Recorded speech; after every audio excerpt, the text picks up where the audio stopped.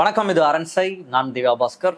மற்றும் ஒரு முறை டீப் டைவ் பாட்காஸ்ட்டை சந்திக்கிறோம். இந்த முறை யார்கிட்ட பேச போறோம் அப்படின்னா தொடர் ரிலவன் ராமதாஸ் கிட்ட. வணக்கம். வணக்கம். அகமதாபாத் பிளேன் ட்ராஜடி கிட்டத்தட்ட இந்த சம்பவம் நடந்ததுலேருந்து யாரை பார்த்தாலும் முதல்ல எல்லாருமே பேசக்கூடிய ஒரு டாப்பிக்கா இது மாறி இருக்கு. கிட்டத்தட்ட எல்லாருமே ஒரு மாதிரி ஒரு அச்சத்தில் ஒரு ட்ராமாவில் இருக்கான்னு கூட சொல்லலாம். நடந்த சம்பவம் கிட்டத்தட்ட யாருமே இந்த ரீசன்ட் டைம்ஸ்ல பார்க்காத ஒரு நிகழ்வு, ரொம்ப ஒரு க்ளோஸ் ப்ராக்சிமிட்டியில யாருமே பார்க்காத ஒரு நிகழ்வு.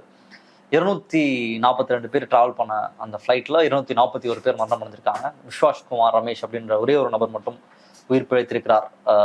அவருடைய அந்த சாமர்த்தியமான அவருடைய செயல்னால தப்பிச்சிருக்கார், அல்லது அவருடைய சீட்டிங் பிளேஸ்மெண்ட், இப்படி பல விஷயங்கள் ஹெல்ப் பண்ணியிருக்கு தப்பிச்சதில்.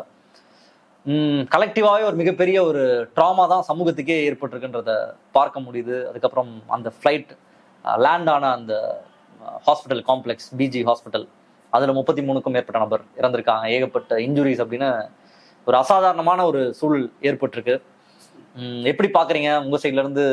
நீங்களும் நிறைய பேர்கிட்ட பேசியிருப்பீங்க. நடந்த சம்பவம் குறித்து எல்லாரும் என்ன சொல்கிறாங்க? உங்களுடைய பார்வை அப்படின்றது என்ன? முதல் ஆட்களோட ரெஸ்பான்ஸுங்கிறது ஒரு பேரழிவின் போது எல்லாரும் ஒவ்வொரு மாதிரி ரியாக்ட் பண்ணாங்க. ஏன்னா பதட்டத்தில் ஒவ்வொருத்தரும் கொஞ்சம் ஓவர் எக்ஸ்பிரசிவாக இருப்பாங்க. அதீத அச்சத்தை வெளிப்படுத்தலாம், அல்லது ஒரு டினையல் போவாங்க. வெவ்வேறு மாதிரி ரெஸ்பான்ஸ் இருக்கும். எல்லாமே அதீதமாக இருக்கும்.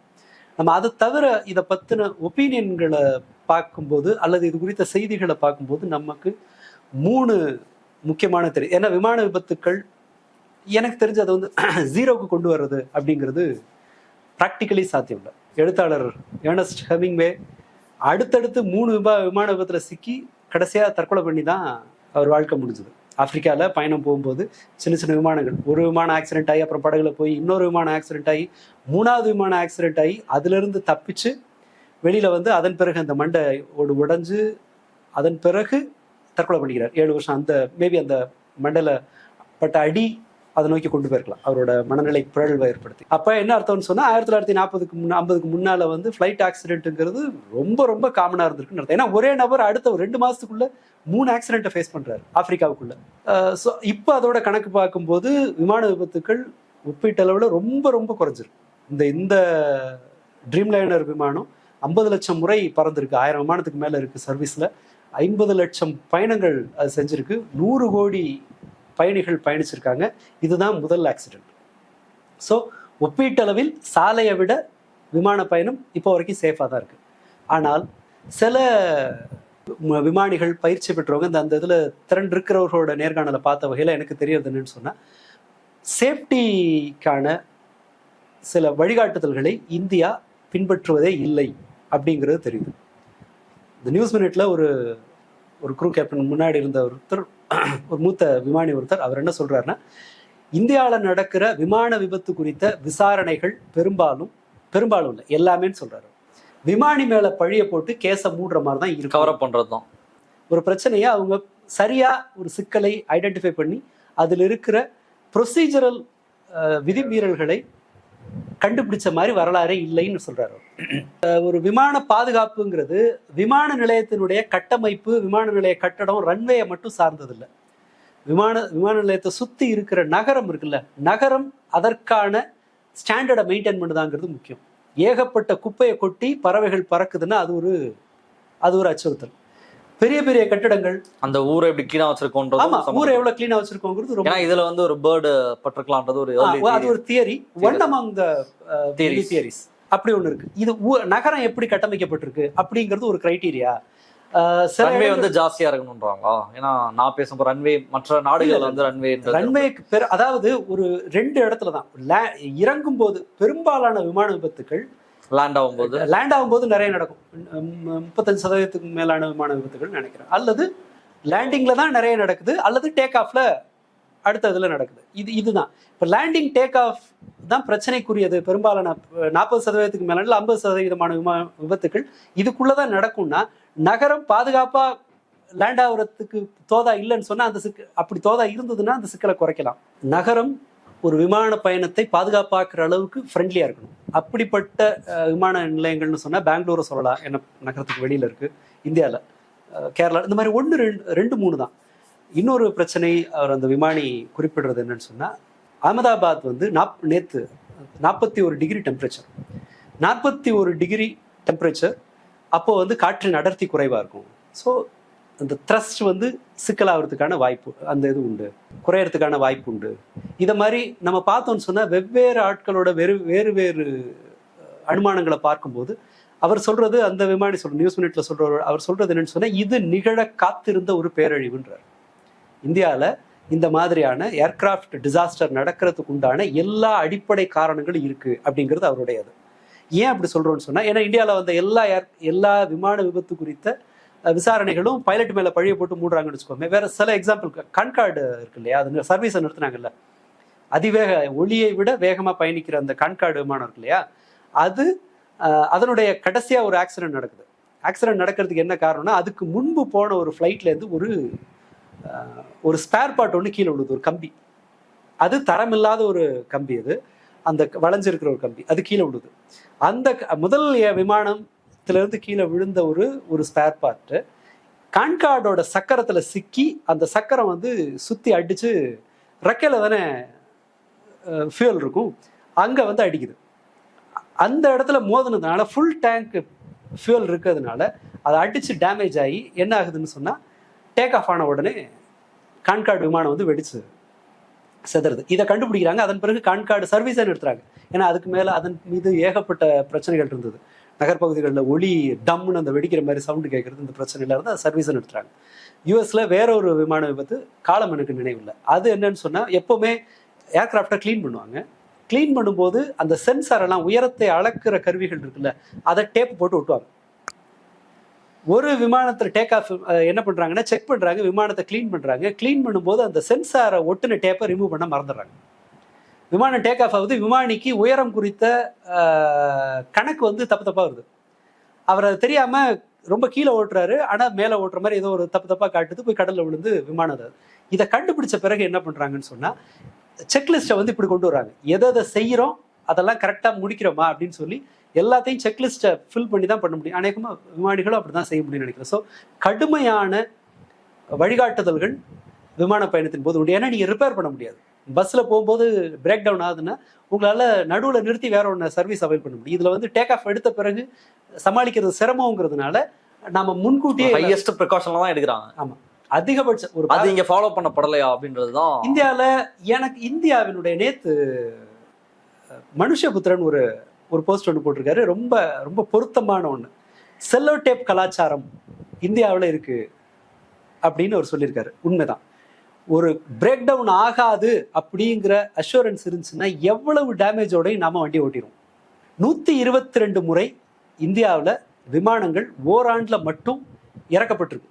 டேக் ஆஃப் ஆகி கொஞ்ச நேரத்தில் இது பாதுகாப்பா இல்லை அப்படின்னு சொல்லி தொழில்நுட்ப காரணங்களுக்காக 120க்கும் மேற்பட்ட முறை விமானங்களை திருப்பி நம்ம இறக்கியிருக்கோம். அப்படின்னா ஒரு மோசமான மெயின்டெனன்ஸ் லேப்ஸ் இருக்குங்கிறது கண்கூடா தெரிகிற ஒரு விஷயம். இங்க அந்த கல்ச்சருக்கு ஒரு ரொம்ப பெரிய ரோல் உண்டு இந்தியாவில். நீங்க எங்க வேணா எடுத்துக்கோங்க, மெயின்டெனன்ஸ் தான். ஆள் குறைக்கப்பட்டால், தனியார் மயமானா, கான்ட்ராக்டுக்கு தள்ளி விட்டீங்கன்னா முதல்ல எது அடி வாங்கும்னா மெயின்டெனன்ஸ். ஏன்னா மெயின்டெனன்ஸுக்கு வந்து இன்னைக்கே அதோட ரிட்டர்ன் கிடைக்கும் நம்ம எதிர்பார்க்க முடியாது. ரொம்ப ரேரா நடக்கலாம், 100ல் ஒரு ஆக்சிடென்ட், ரொம்ப அரிதா நடக்க போற விஷயம். அதுக்கு நான் அவ்வளவு செலவு பண்ணிக்கிட்டே இருக்கணும். நீங்க எதை விட்டு கொடுக்கறது, செலவு பண்றதெல்லாம் பிரச்சனை இல்லை. அதை மீறி பண்றது நான் சொல்றேன், எல்லாமே சொல்றேன், எல்லாம் சேர்த்து. நீங்க மெயின்டெனன்ஸுக்கு செலவு பண்றதை விடவும் ஒரு அதிகாரிக்கு லஞ்சம் கொடுக்கறதுக்கு நம்ம ஆட்கள் தயங்க மாட்டோம். எல்லா இடத்துலயும் நீங்க பார்க்கலாம்.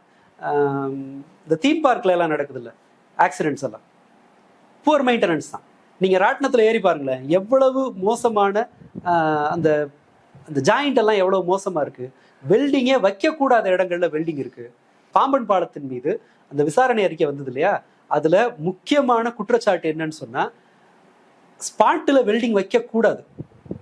சில பகுதிகளில் ஸ்பாட்ல வெல்டிங்கே ஆகாது. நீங்க முன்கூட்டியே அதை முழுக்க தயாரிச்சு கொண்டு வந்து அதை ஃபிட் பண்ணணும். ஆனா ஸ்பாட்ல வெல்டிங் வச்சிருக்காங்கன்றாரு. பாம்பன் பாலத்துக்கு அந்த மாதிரியான ஒரு பெருங்கட்டுமானத்துக்கு இதான் கதி. நூற்றுக்கணக்கான கோடி அள்ளி இறக்கிற கட்டுமானங்களுக்கு இந்தியாவில் தான் கதி.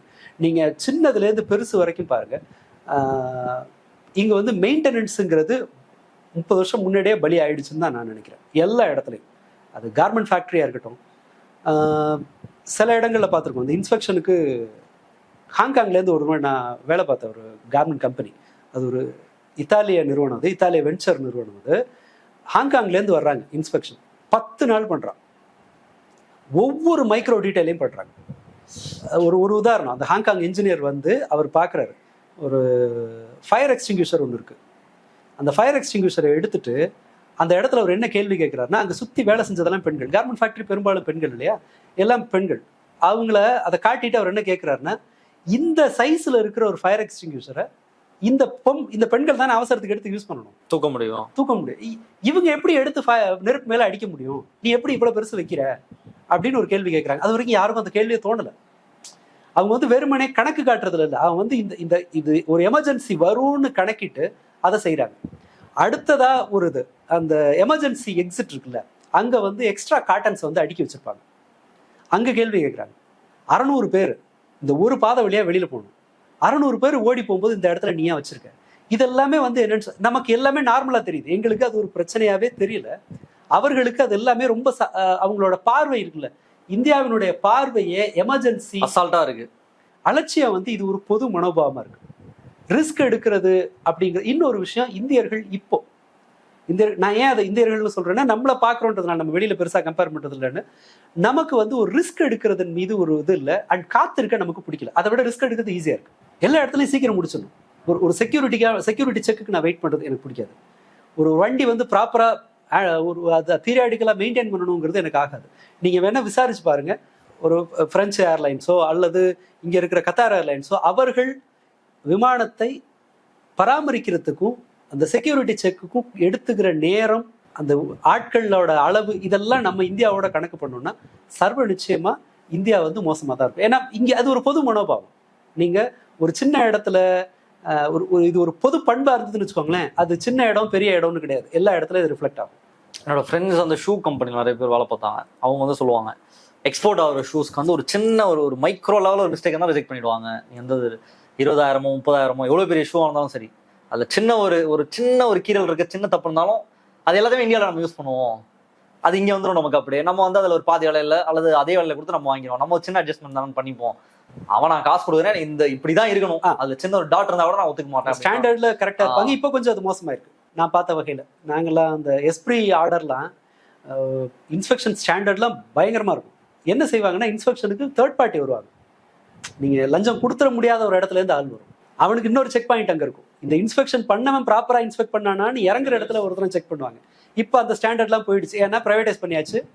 இப்போ நீங்க இந்த கேள்வி கேட்டல, இந்த கத்தார்லயோ மற்ற நாடுகள்லயோ ஒரு பிளேன் டிராவல் இருக்கு அப்படின்னா, அவங்க காட்டக்கூடிய அந்த அக்கறை இங்க காட்டுறாங்களா அப்படின்னா, அங்க மக்கள் வந்து அவங்க அக்கௌண்டபிள் ஆக்குறாங்க, இங்க அக்கௌண்டபிள் ஆக்கல் அப்படின்னு எடுத்துக்கலாமா? கண்டிப்பா.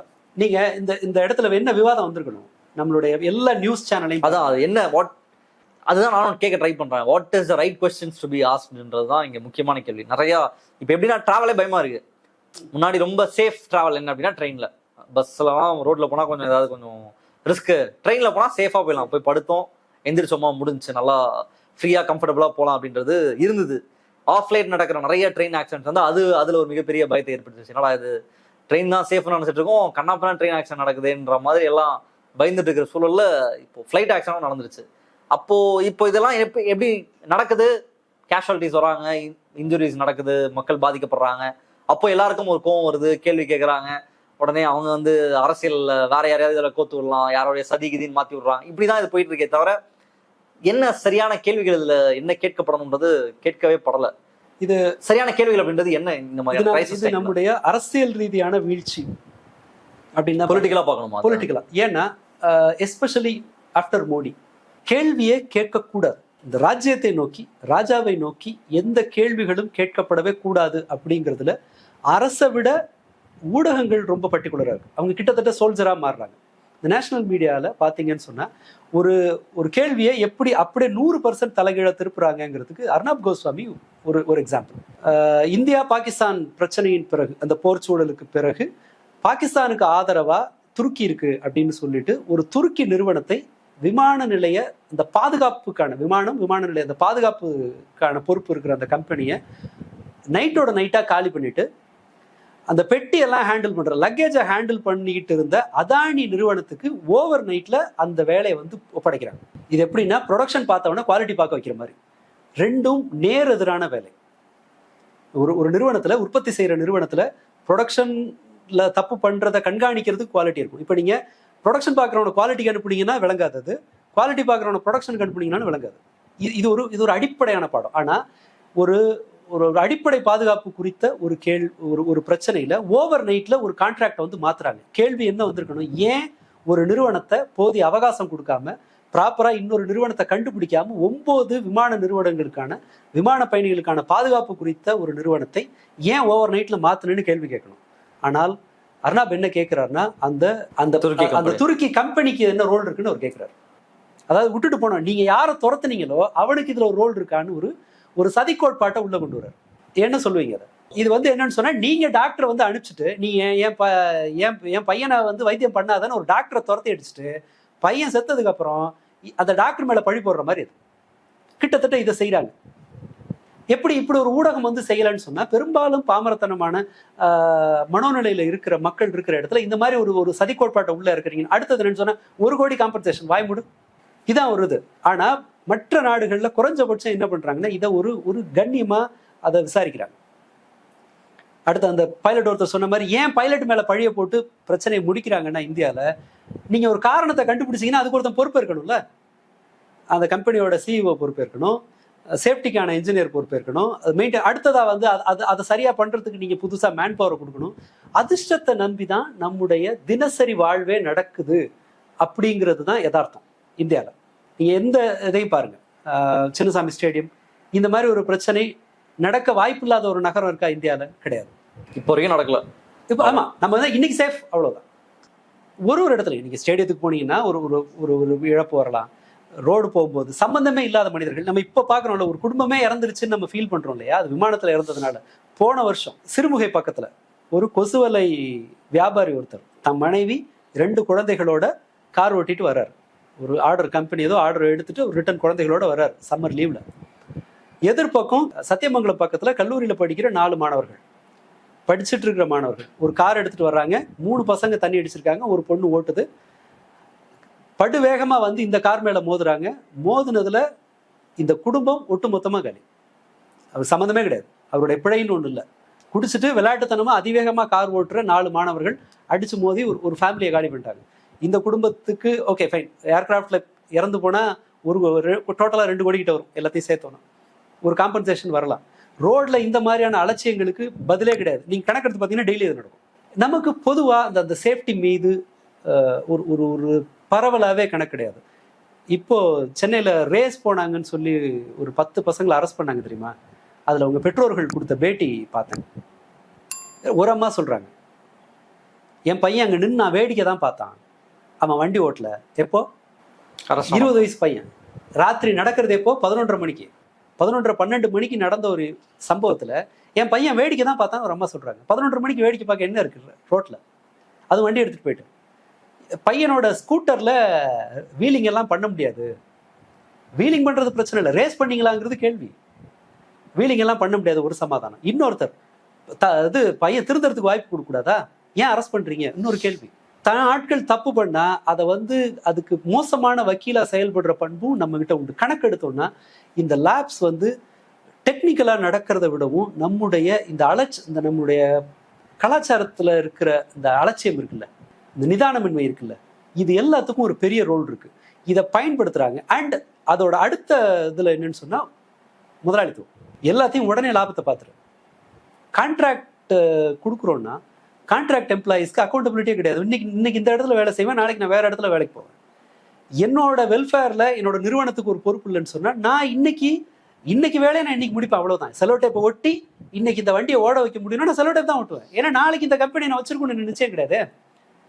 ஸோ அந்த கான்ட்ராக்ட் கல்ச்சர் இருக்குல்ல, அது கண்ணெதிரில் நான் கார்மெண்ட் ஃபேக்ட்ரியில வேலை பார்த்த போது நான் ஆரம்பத்தில் இருந்த தரத்துக்கும் நான் வெளியில வரும்போது இருந்த தரத்துக்கும் 12 வருஷத்துல தலைகீழான மாற்றம் வந்தது. கற்பனை பண்ண முடியாத அளவுக்கு வீழ்ச்சி இருந்துச்சு. நான் கிட்டத்தட்ட சில டிஷர்ட்டை 12 வருஷம் 13 வருஷம் பயன்படுத்தியிருக்கேன்.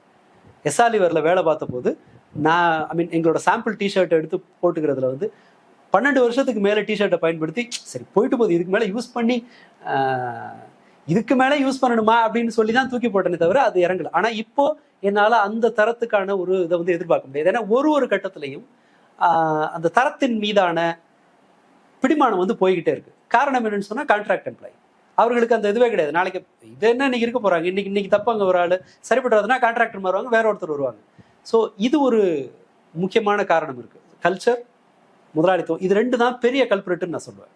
இந்த இதுல இந்திய விமான துறை வந்து இனிமேயும் தன்னை திருத்திக்கும் அப்படிங்கிறதுக்கான அறிகுறிகளே கிடையாது. இப்போ இந்த மக்கள் அக்கௌண்டபிள் ஆக்குறது, ஐ மீன் மக்களுக்கு அக்கௌண்டபிளா நம்ம இல்லைன்னு நினைக்கிற அரசு சம்பந்தமா நம்ம ஸ்டார்டிங்ல பேசணும். அதுல நான் என்ன கேள்வி கேட்க வரேன் அப்படின்னா, ஊடகங்கள் வந்து ஒரு பக்கம் மடைமாற்றுறாங்க, அரசாங்கத்தை நோக்கி நீ கேள்வி கேட்கக்கூடாது, ராஜாவை நோக்கி நீ இந்த கேள்வி கேட்கக்கூடாது அப்படின்றத சொல்றாங்க, மடைமாற்றம் செய்யறாங்கன்றீங்க.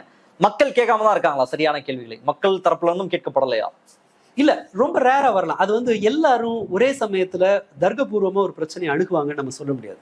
அடுத்ததா இந்தியா பொருளாதார ரீதியாகவும் எதிர்காலம் நிச்சயமின்மை அப்படிங்கிற ஆங்கிள் பார்த்தோம்னா கிட்டத்தட்ட ஒரு போர்ச்சூழல்ல இருக்கும். ஒரு பொருளாதார போர்ச்சூழல்னு வச்சுங்க. நிச்சயமான வேலை, உத்தரவாதமான வேலைங்கிறது 99% கிடையாது.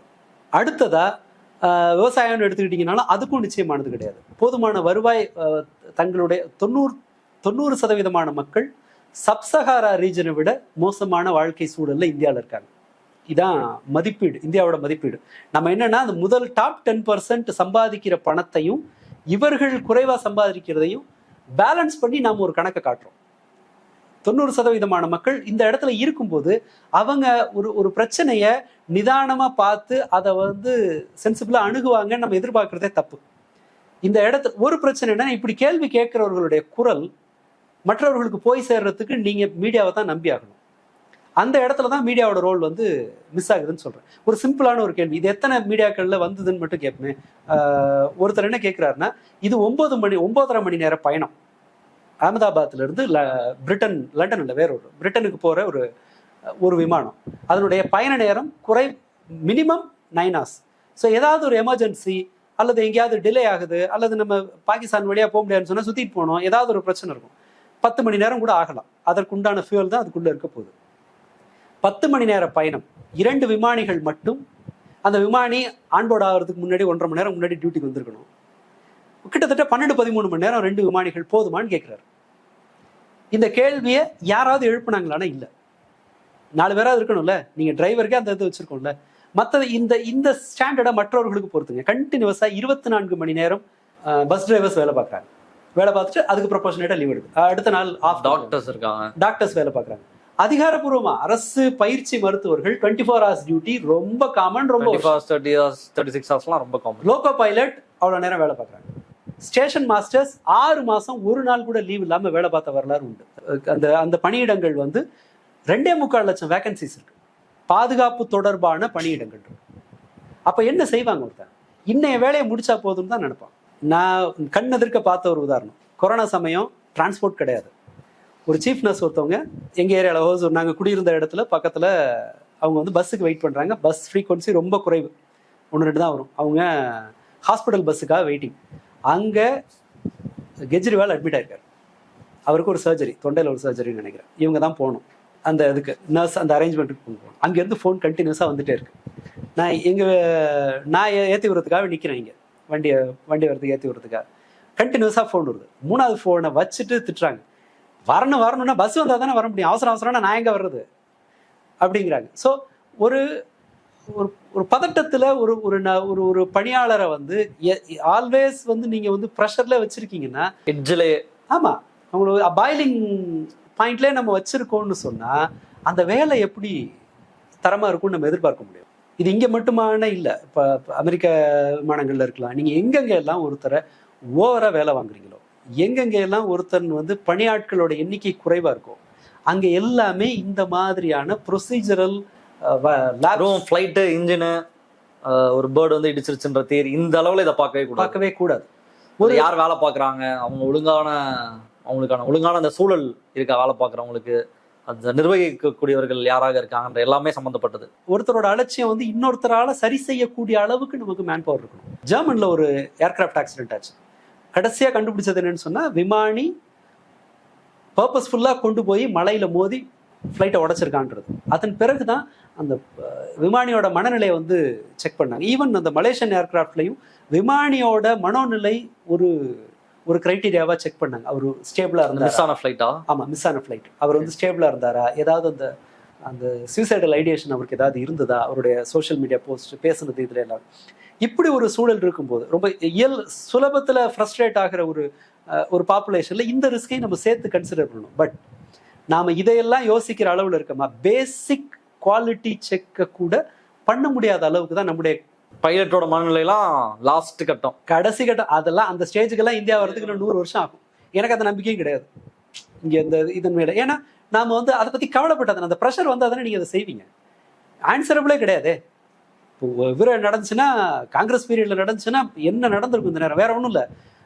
மும்பை பிளாஸ்ட் நடந்த போது எத்தனை முறை 3 முறை ட்ரெஸ்ஸை மாத்தினாருன்னு சொல்லி உள்துறை அமைச்சர் மாற்றப்படுறார் 3வது நாள்ல. நேத்து மோடி எத்தனை ட்ரெஸ்ஸை மாத்தினார்? லோ ஆங்கிள், தரையில படுத்து ஆங்கிள் வச்சு எடுக்கிறான் அவரை. நேத்தே 3 வாட்டி நம்ம ட்ரெஸ் மாத்திருக்காரு மோடி. ஹாஸ்பிட்டல் போன போது, வெளியில போன போதுன்னு சொல்லிட்டு 3 வாட்டி ட்ரெஸ்ஸை மாத்திரம். இப்ப கேள்வியே கிடையாது. நான் அதை கேள்வி கேட்கணும்னு சொல்லல. அன்னைக்கு நடந்தது தப்பு. காங்கிரஸ் பீரியட்ல 3 சட்டை மாத்திரம் என்னப்ப? வேலையை ஒழுங்கா செஞ்சா போதும். இப்போ மோடியோட மேக்கப்போ அவரோட அந்த போட்டோ ஷூட் கிரேவிங்கோ நமக்கு ஒரு பிரச்சனை இல்லை.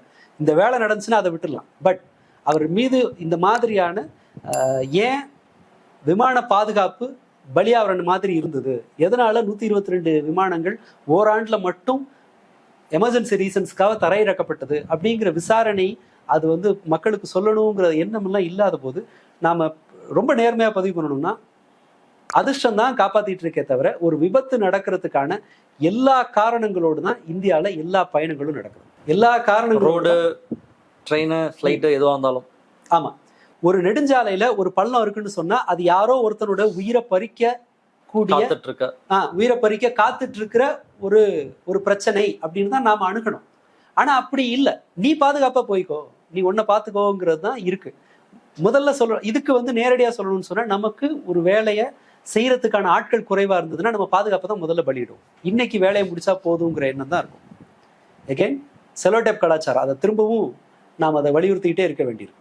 Vishwash Kumar Ramesh, one sole survivor இந்த இன்சிடென்ட்ல, அவரை ஊடகங்கள் அப்ரோச் பண்ண விதம் எல்லாரும் கேட்குறாங்க, எப்படி உயிர் பொழைச்சிங்க, என்ன நடந்துச்சுன்றது கேட்குறாங்க. நிறைய பேர் அந்த சீட்டு 11A, இதுக்கு முன்னாடி ஒரு 27-30 வருஷத்துக்கு முன்னாடி இன்னொருத்தர் அதே மாதிரி 11A சீட்டில் இருந்தாருன்ற மாதிரிலாம் நிறைய தியரிஸ்லாம் ஃப்ளோட் பண்ணுறதை பார்க்க முடியுது. அவருக்கு இருக்கக்கூடிய அந்த ட்ராமா அதை எப்படி பார்க்கலாம்? அவர்கிட்ட முன்வைக்கப்பட்ட கேள்விகள் இது குறித்தெல்லாம் எனக்கு தெரிஞ்சு மீடியாக்களை கட்டி வச்சிருக்காங்கன்னு நினைக்கிறேன். அதர்வைஸ் அவர் மேலே போய் விழுந்துருவாங்க. விழுந்து சொல்லு எப்படி நடந்ததுன்னு சொல்லி. இது ஒரு ப்ராபபிலிட்டி. ஒரு மில்லியன்ல ஒரு முறை நடக்க வாய்ப்பு இருக்கிற ஒன்று இவருக்கு நடந்திருக்கு. ஃப்ளைட் மோதி இருக்கு. அவர் சொன்னதை வச்சு நம்ம அனுமானிக்கிறது. இது எதுவுமே எக்ஸ்பர்ட் ஒப்பீனியன் இல்லை. நம்ம ஒரு சைடு மோதி இருக்கு, ஒரு சைடு அந்த விமானம் உடஞ்சிருக்கு. உடஞ்ச இடத்துல இவர் சீட் பெல்ட்டை ஓப்பன் பண்ண அந்த 10 செகண்ட்ல அவகாசம் கிடைச்சிருக்கு. அவர் கண்ணெதிர்க்க மற்றவர்கள்லாம் எரிஞ்சிருக்காங்க. அவர் இறங்கி நடந்து வந்திருக்காரு. குதிக்கல, கதவை திறக்கல, எதுவுமே நடக்கல. அந்த இடம் உடஞ்சிருச்சு. விமானம் மோதினதுல 2ஆ புழக்கம் இல்லையா? உடஞ்ச இடத்துல இருந்து அவர் இறங்கி நடந்து வந்திருக்காரு, சீட் பெல்ட்டை ஓப்பன் பண்ணிட்டு. சீட்டு உடஞ்சிருச்சுன்றாரு, பிச்சுட்டு சீட்டு அப்படின்னு சொல்லி. ஸோ இதுல ஒரு நிகழ்த்தகம் அரிதா நடக்க சாத்தியம் இருக்கிற ஒன்று நடந்திருக்கு. பட் இந்த என்டையர் மீடியா கவரேஜ்ல ஒண்ணு பாத்தீங்கன்னா தெரியும், இது எப்படி நடந்தது, என்ன நடந்திருக்கும் அப்படிங்கிறது தான் பேசு பொருளா இருந்ததே தவிர, நாளைக்கு இது நடக்க கூடாதுன்னா என்ன செய்யணும்னு எங்கேயாவது பேசியிருப்பாங்களான்னு பண்ணியிருக்காரு. இது ஒரு முக்கியமான நம்முடைய நம்ம கவரேஜ்ல இருக்கிற மிக முக்கியமான பின்னடைவு எதுன்னு சொன்னா, நம்ம மக்களுக்கு அல்லது நம்ம மீடியாக்களுக்கு என்ன நடந்ததுங்கிற தெரிஞ்சுக்கிற ஆர்வம் இருக்கே தவிர, நாளைக்கு இது நடக்க கூடாதுன்னா என்ன செய்யணுங்கிற கேள்வி இல்லை. அது ஒரு கஷ்டம். என்ன நடந்துச்சுன்னா அது நீங்க படுத்துட்டு கேட்கலாம் அந்த கதையை. நாளைக்கு என்ன செய்யணும்னா அது எல்லாருக்கும் பொறுப்பாகுது இல்லை. ஸோ இந்த கேள்வியை தெரிஞ்சோ தெரியாமலோ புறக்கணிக்கிற ஒரு கலாச்சாரத்துக்கு நாம ஆட்பட்டிருக்கோம். இந்த புதிய ஊடக இந்த சந்தை இருக்கு இல்லையா, இது என்ன செய்யுதுன்னு சொன்னா, நாளை என்ன செய்யணுங்கிறதுல கவனமே இல்லை. ஓகே, அகைன் இதுக்கும் ஒரு எக்ஸாம்பிள் சொல்லலாம். திருப்பூர்ல ஒரு ஊடகவியலாளர் சில ரவுடிகளால தாக்கப்படுறார். தாக்கப்பட்ட உடனே அப்படி பிச்சுட்டு வருது செய்தி, ஒரு ஊடகவியலாளருக்கு பாதுகாப்பு இல்லை, எப்படி என்ன இதுன்னு சொல்லிட்டு 2 நாள் இது உச்சகட்ட பேசு பொருளா இருந்தது. அதன் பிறகு அந்த பேச்சே இல்லை. சம்பந்தப்பட்ட ஊடகத்தை சேர்த்தே சொல்றேன். எந்த ஊடகம் தன்னுடைய பணியாளர் வெட்டுப்பட்டு ஆஸ்பத்திரியில சேர்ந்தாரோ அந்த ஊடகம் அதை பத்தி பேசவே இல்லை. வெவ்வேறு தியரிஸ் வந்தது. அவர் நீதி கேட்டாரு, அதனால வெட்டினாங்க.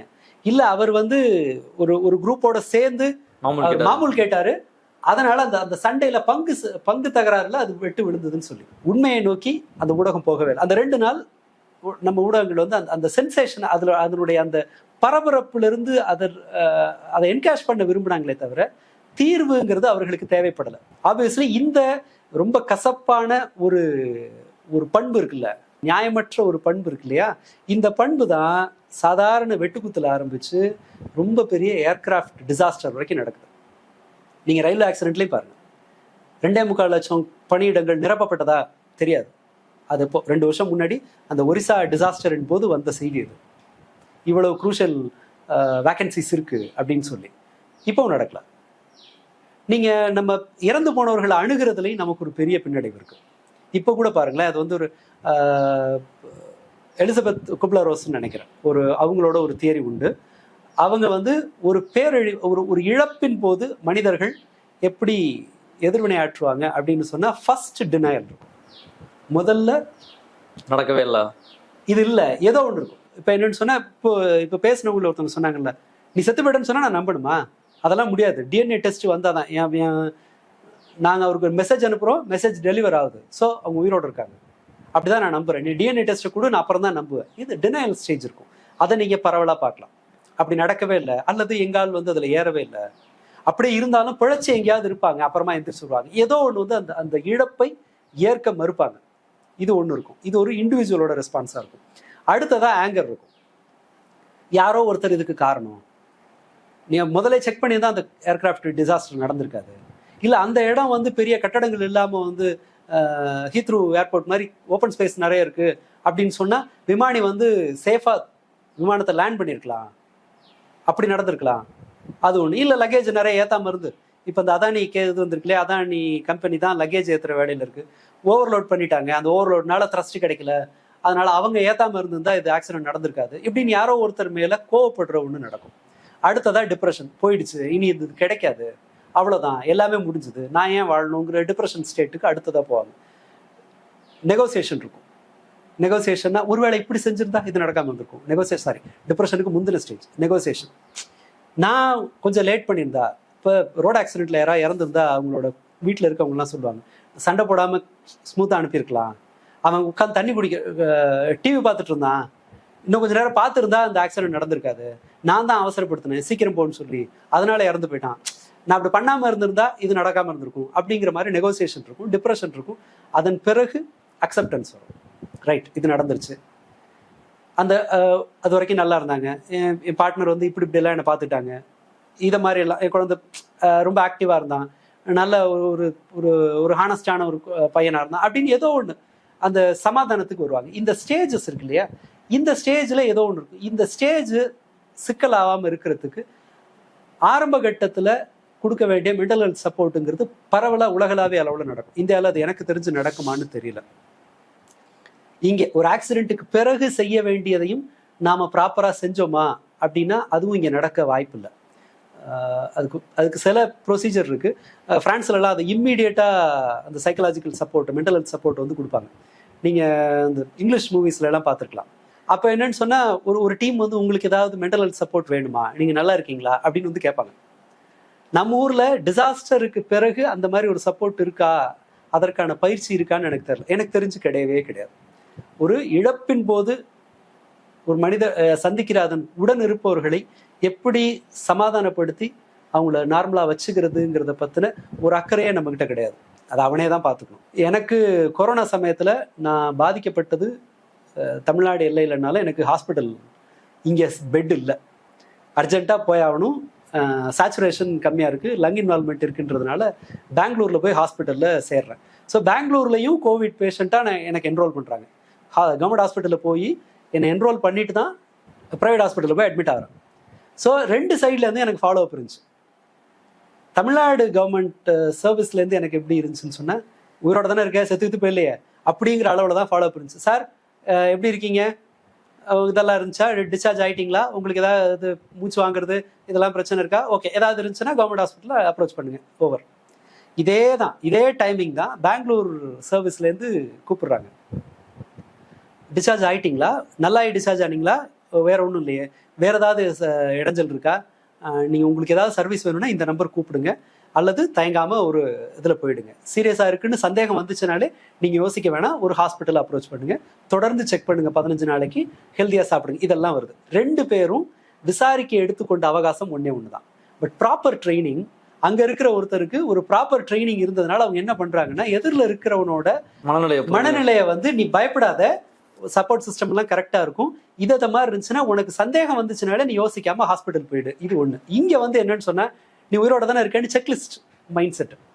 இது ரெண்டுமே ஒரு ஒரு இண்டிவிஜுவலை நாம எப்படி ட்ரெயின் பண்றோங்கிறதுல இருக்கு. அவங்களுக்கு ஒன்றும் இது இல்லை, நான் இப்படிதான் பேசுவேன்னு அவங்க சத்தியம் பண்ணிட்டெல்லாம் வரப்போறது இல்லை. பட் நாம அவங்கள ஒருத்தரை முறையா பயிற்சி கொடுக்கறது இருக்கு இல்லையா, அதற்கு ஒரு ரோல் இருக்கு.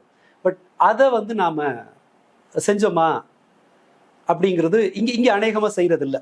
இதை செஞ்சதுக்கான முன்மாதிரி உண்டு. பெங்களூர்ல சூசைடல் ஐடியேஷன் இருக்கிறவங்கள அந்த கால் சென்டருக்கு கூப்பிட்டவங்கள என்ன பண்றாங்கன்னு சொன்னா, அடுத்த 1 year ஃபாலோ பண்றாங்க.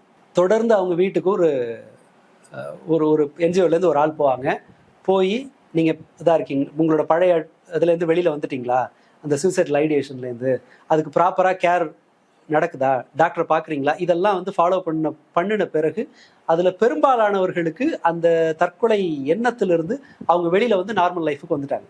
பட் இப்படி ஒரு சிஸ்டம் நம்மக்கிட்ட பரவலாக எல்லா சைட்லேயும் வைக்க முடியுதான்னு கேட்டால் அதற்கான விருப்பமும் பெருமளவு கிடையாது, அதற்கான கட்டமைப்பும் நம்மகிட்ட கிடையாது. இது ஒரு பிரச்சனை. இது ஆக்சிடென்ட் ஆயிடுச்சு அப்படின்னு எடுத்துக்கணுமா, இல்லை நீங்கள் சொன்ன அந்த நிறைய ப்ராசஸ் வந்து ஒரு அக்செப்டன்ஸ் வரும் அப்படின்னு எடுத்துக்கணுமா, இல்லை எப்படி ஒரு ஆக்சிடென்ட்டை என்னமா மக்கள் வந்து ரிசீவ் பண்ணணும், நடந்துருச்சு அவ்வளோதான் அப்படின்றத விட்டுணுமா, இல்லை அரசை நோக்கி கேள்வி கேட்கணுமா, எப்படி அதை ப்ராசஸ் பண்ணுறது? ஒரு எல்லாம் தான். ஆனால் எல்லாத்துலேயுமே ஒரு பொறுப்பும் நிதானமும் எல்லா இடத்துலையும் வாய்ப்பு இருக்கிறவங்க இருக்கணும்.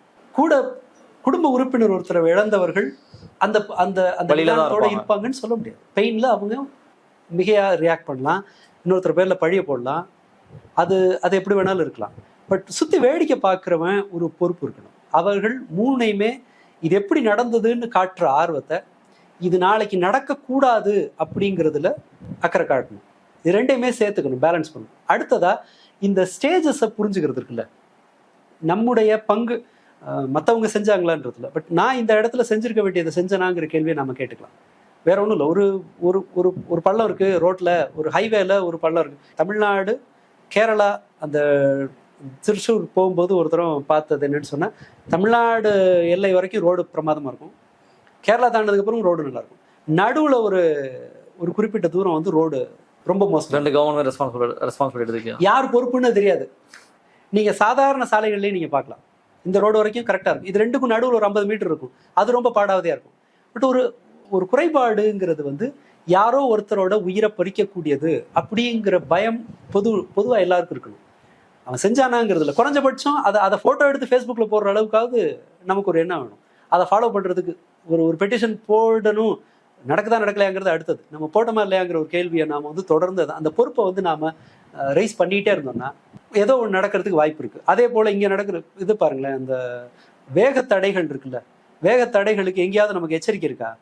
அடுத்து ஒரு வேகத்தடை இருக்குன்னு, வேகத்தடையோட சைஸ் தான் எச்சரிக்கை. வேகத்தடையினுடைய சைஸ் இப்படி இருக்கணும், நீ வண்டி டம்முன்னு இடிக்காம, கார் டம்முன்னு இடிக்காம போற மாதிரி வேகத்தடை போடுறாங்களா தெரியாது, அதுல ஏதாவது வரைஞ்சிருக்காங்களா கிடையாது. நினைச்ச இடத்துல எல்லாம் வேகத்தடை இங்க போடலாம். அதற்கு விதிமுறைகள் இருக்கா? இல்லை. இது எல்லாத்தையுமே ஒரு பொதுவான ஒரு பேசக்கூடிய ஒரு விஷயமா நாம மாத்துறது இல்லை. அதை தவிர மற்ற பிரச்சனைகள் தான் பெருமளவுக்கு. இப்பவே கூட இந்த ஏர்கிராஃப்ட் சேஃப்டியை பத்தி வேற ஒரு சமயத்துல நம்மளால பேசி இருக்கவே முடியாது. அதுக்கு எந்த யாருமே பார்க்காம அது வந்து புதைக்கப்படுங்கிறது உண்மை.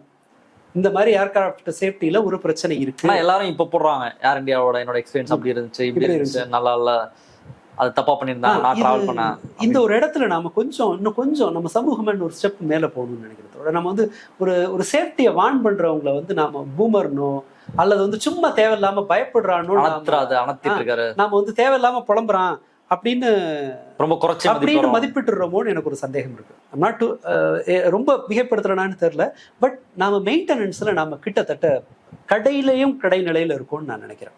இதற்கு அஃப்கோர்ஸ் கவர்மெண்ட்டுக்கு ஒரு பெரிய ரோல் இருக்கு, மறுக்கல. பட் கவர்மெண்ட்டுக்கு ஒரு ரோல் இருக்குங்கிறத வச்சுட்டு நம்மளுடைய அந்த செலோடேப் கலாச்சாரத்தை நாம மறைச்சிக்க முடியாது. அந்த பிரச்சனையை போயிடலாம். அந்த பிரச்சனையை சாக்கா வச்சு இந்த பொது மனோபாவத்தை அந்த பொறுப்புல இருந்து நாம தப்பிச்சுக்க முடியாதோன்னு நான் நினைக்கிறேன்.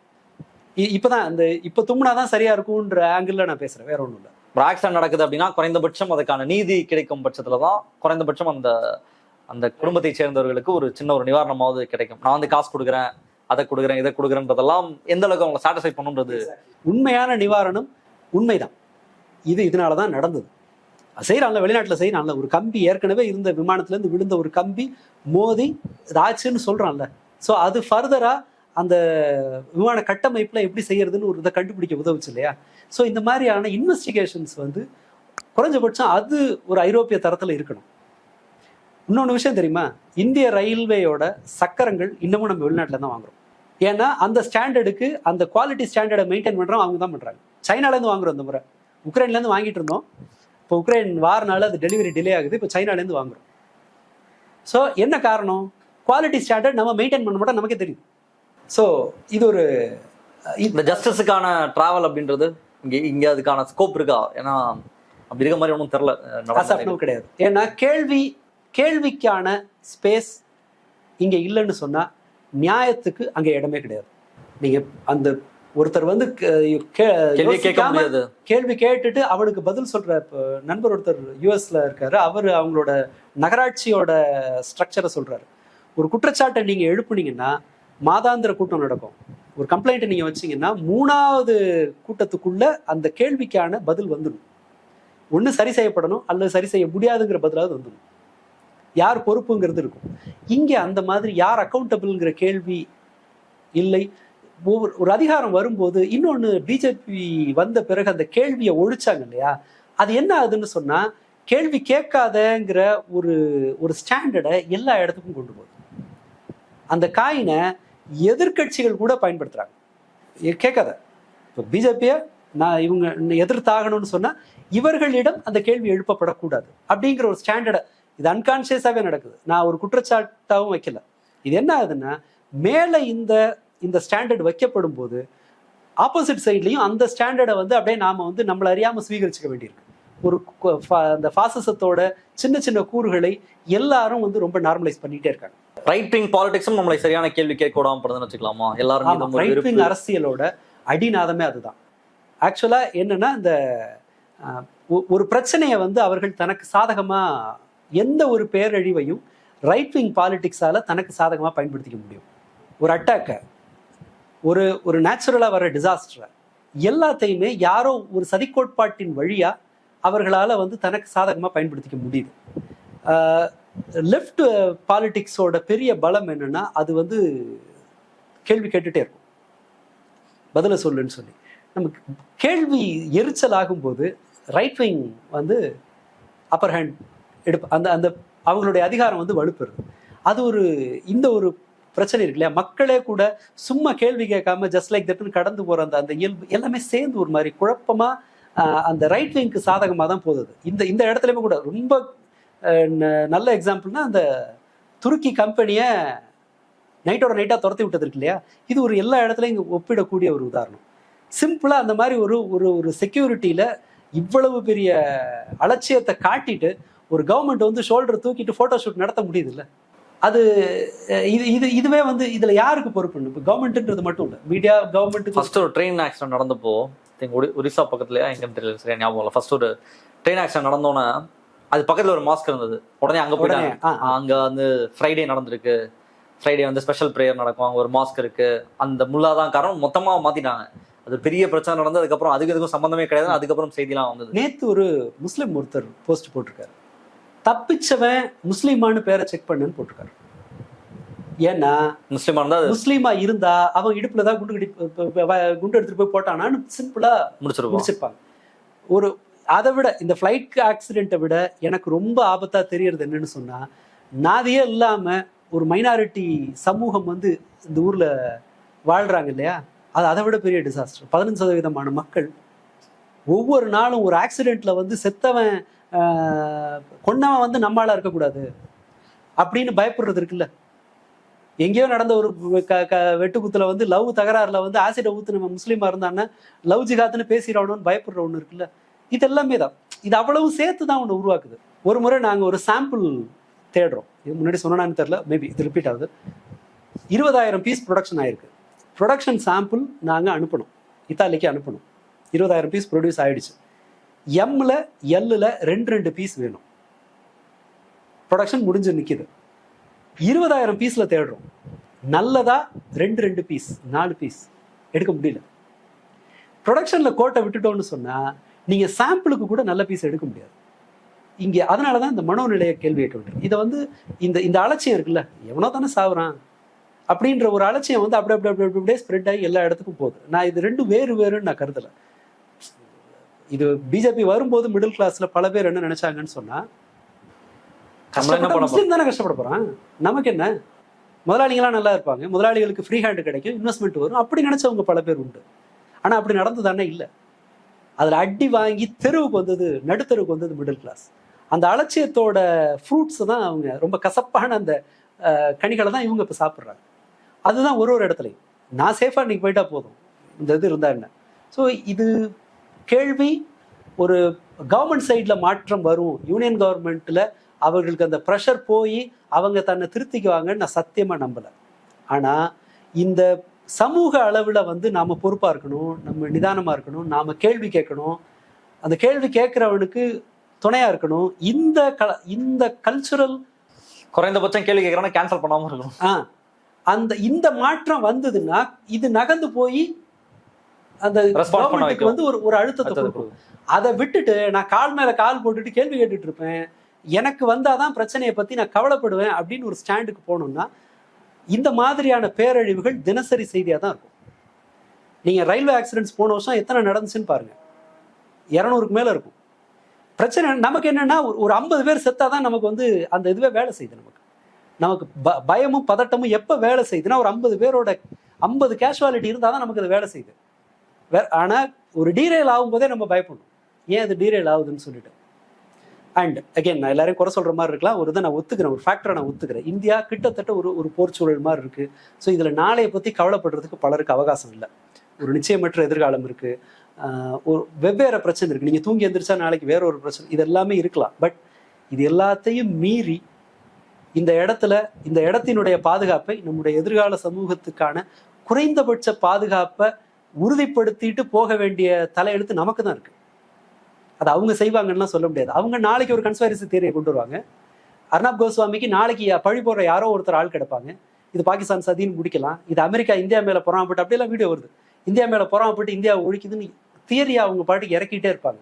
பட் நாளை இளைஞர்களுக்கான பாதுகாப்பை, குறைந்தபட்ச பாதுகாப்பை, ஒரு கௌரவமான வாழ்க்கை வாழ்றதுக்கான சூழலை உறுதிப்படுத்த வேண்டிய பொறுப்பு நமக்கு தான் இருக்கு. ஸோ அது வேணும்னு சொன்னா முதல்ல நாம இந்த வேலையை ஆரம்பிக்கணும். இந்த கேள்வி எழுப்புறது அண்ட் கேள்வி எழுப்புறவனுக்கான பாதுகாப்பு, மரியாதை, இது எல்லாமே சமூகத்தோட பொறுப்பாக தான் இருக்கும்னு நினைக்கிறேன். ஆப்வியஸ்லி இதை நான் தான் பொறுப்பெடுத்துக்கணும்னா இல்லை, அது எனக்கு பதில் கிடையாது. ஆனா செய்யக்கூடியது எதுன்னா அதுதான் இங்க இருந்து தான் ஆரம்பிக்க முடியும். நீங்க நரேந்திர மோடியவோ நிர்மலா சீதாராமனையோ இல்லை அந்த ராம்மோகனா மினிஸ்டர் இருக்காரு, ஏவியேஷன் மினிஸ்டரையோ நீங்க அவங்கள நோக்கி கேட்குற கேள்விகள் அவங்கள கிட்ட போய் கூட சேர போறது இல்லை. ஏன்னா இந்த கட்டுமானம் அப்படித்தான் இருக்கு, ஊடக கட்டுமானம், சமூக ஊடகத்தினுடைய வடிவமைப்பு, இது எல்லாமே அப்படித்தான் இருக்கு. ஸோ இங்க சேஞ்ச் பண்ணிக்கிறது மட்டும்தான் கடைசியா இருக்கிற ஆப்ஷன். நான் தொடக்கத்தில் கேட்ட மாதிரி ரொம்ப ட்ராமேட்டிக்காக வந்து ஒரு ட்ராவலிங் எக்ஸ்பீரியன்ஸ் வந்து மாற்றிட்டாங்க. எந்த ரோட் ட்ராவலோ அல்லது ட்ரெயினோ அது ஏரோ வாட் எவர் தட் இஸ், இப்போ ட்ராவல் பண்ணுறாங்களே அது வந்து என்ன பை லக் நீ போய் ட்ராவல் பண்ணிக்கோ அப்படின்ற அளவில் தான் அதை பார்க்க முடியுமா? எப்படி அப்படிதான் இருக்கு. ஆனால் அதுக்குன்னு ஒரே அடியாக பயப்படவும் தேவையில்லை. மற்ற நெருக்கடிகளை விட ஒரு கேட்பார் இல்லாத, கேட்கவே முடியாத ஒரு அரசு, சர்வ அதிகாரம் பெற்ற ஒரு பவர்ஃபுல் கவர்மெண்ட் இருக்குங்கிறத விட உங்களுடைய சாலை பயணமோ ரயில் பயணமோ விமான பயணமோ பாதுகாப்பற்றதா இல்லை. அங்கிருந்து வர்றதான் இந்த பிரச்சனை எல்லாம், இது இல்லை. ஸோ நாம வந்து தைரியமா டிராவல் பண்றதுக்காகலாம் பயந்துக்க தேவையில்லை. ஆனா ஒரு பாதுகாப்புங்கிறத வந்து வலியுறுத்த வாய்ப்பு இருக்கிற எல்லா இடத்தையும் வலியுறுத்துறது தான் வழி. அது உங்களோட சோஷியல் மீடியா போஸ்டா இருக்கலாம். அண்ட் நீதிங்கிறது, காம்பன்சேஷன்ங்கிறது பணம் இல்லை. டாட்டா 1 கோடி ரூபா தூக்கி கொடுத்துட்டாருங்கிறது அல்ல நீதி. அது நாளைக்கு நடக்க போற ஆக்சிடென்ட்டை எந்த வகையிலையும் தடுக்காது. இதுக்கு யார் பொறுப்பு அப்படிங்கிற கேள்வியை குறைஞ்சபட்சம் 6 மாசத்துக்கு கேட்கணும். கேட்டால் மட்டும்தான் அதுக்கு ஏதோ ஒரு அந்த அந்த மலைப்பாம்பு கொஞ்சமாவது நகரும். ஸோ இந்த காம்பன்சேஷனுக்கு இதாக வருது இல்லை, நீதிங்கிறது காரணம் யார், பொறுப்பானவர் யார் அப்படின்னு கண்டுபிடிக்கிறது தான். அதுதான் இப்போதைக்கு நீதியாக இருக்கும். கிடைக்கிற காம்பன்சேஷன் 1 கோடி போதுமா போதாதாங்கிறது அல்ல. அண்ட் இம்மீடியட் ரெஸ்பான்ஸும் அதை ஏற்றுக்கலாம். பட் அதனால பெரிய பிரயோஜனம் இல்லை. ஏன்னா நாளைக்கு வேற ஒரு பிரச்சனை வந்துடும், நம்ம ஓடிடுவோம். நேற்றே கூட இந்த ஏர்கிராஃப்ட் பிரச்சனையை வந்து சிம்பிளாக நெத்தன்யாகுக்கும் ஈரானுக்கும் கொமேனிக்கும் நடக்கிற சண்டை வந்து பின்னாடி தள்ளிடுச்சு. இல்லைன்னா ஒரு 2 நாள் இது ஓடி இருக்கும். ஸோ நாளைக்கு வேற ஒரு பிரச்சனை வந்து உங்களுடைய உணர்ச்சிகளை அப்படியே ஹைஜாக் பண்ணிட்டு போகலாம். அறிவுபூர்வமாக நடந்துக்கிறதுல இருக்கு. அதை இன்னும் கொஞ்சம் அதில் கான்சென்ட்ரேட் பண்ணலாம்னு நினைக்கிறேன். ரொம்ப நன்றி தோழர். ரொம்ப விரிவாக பேசியிருக்கோம். மக்கள் பார்த்து என்ன சொல்லலாம்னு பார்ப்போம். இதே நிகழ்ச்சி காலத்தில் உங்களுடைய கருத்துக்களை பயன்படுத்தி ரொம்ப நன்றி. நன்றி. மற்ற நிகழ்ச்சியில் சந்திப்போம். நன்றி, வணக்கம். அரண்சை நண்பர்களுக்கு வணக்கம். அரண்சை ஊடகம் சுயேட்சையாக இயங்குவதற்காகவே உருவாக்கப்பட்டது. நாம் செய்கிற வேலை உண்மையிலேயே மக்களுக்காக செய்கிறோம் என்பதை நீங்கள் நம்பினால், வாய்ப்பு இருந்தால் இந்த ரேசர் பே கியூஆர் கோடுக்குள்ளே நீங்கள் வந்து அதை ஸ்கேன் பண்ணி எங்களுக்கு உங்களால் இயன்றதை விருப்பம் இருந்தால் ஆதரவு தெரிவிக்கலாம்.